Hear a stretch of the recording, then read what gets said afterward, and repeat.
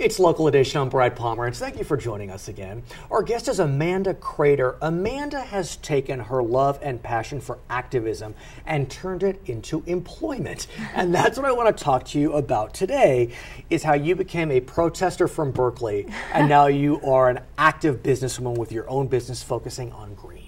Absolutely. Talk to me about that. Well, I'm the owner of CraterCom, which is a public relations firm for green businesses. I started it about a year ago, and I was, yes, the ultimate Berkeley hippie protester. But I did work in the corporate world for a while and want to use those skills to highlight companies that are actually doing something good for the environment. So let's talk about that, because I think it's fair to say that throughout the last decade, green was in, green was hip.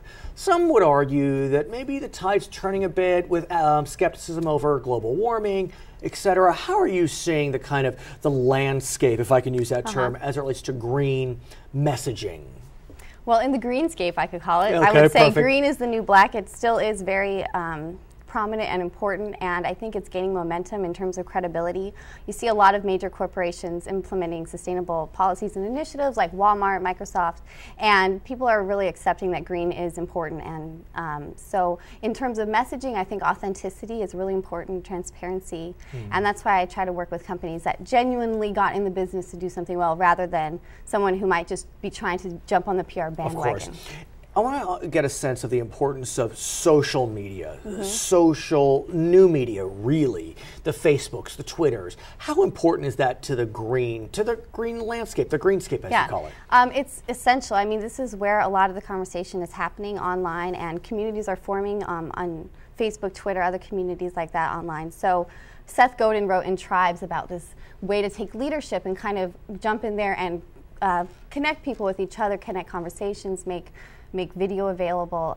So I would say that it's very important. It's also a great way to find out what's going on, what other companies are doing, what other people care about. Let me ask you, okay, here I am. I'm older than you.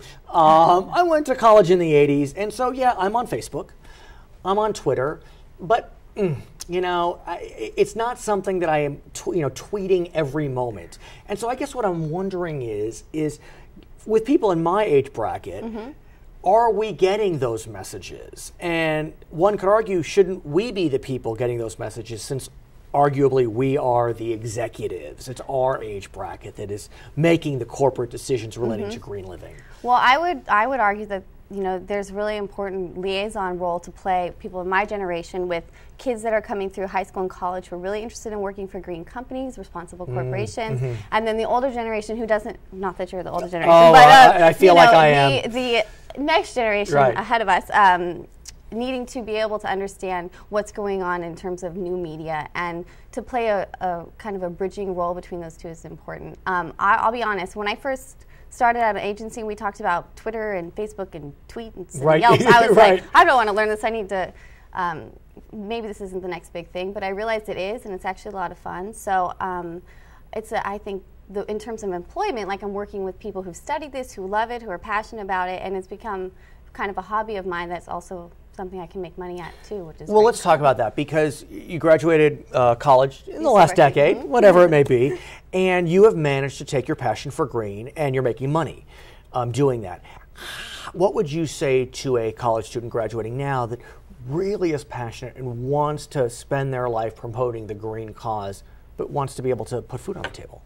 I would say the real way to make money in the green industry is to create your own career. Think about what am I best at, what can I offer, and find a market for it. So that's what I've done, and it's working out well. So clearly it is. We've had many of your clients on Local Edition, and we thank you for that. Thank you, Brad. You bet. Thanks, Amanda. For Local Edition, I'm Brad Pomerantz. Thank you so much for joining us on our program.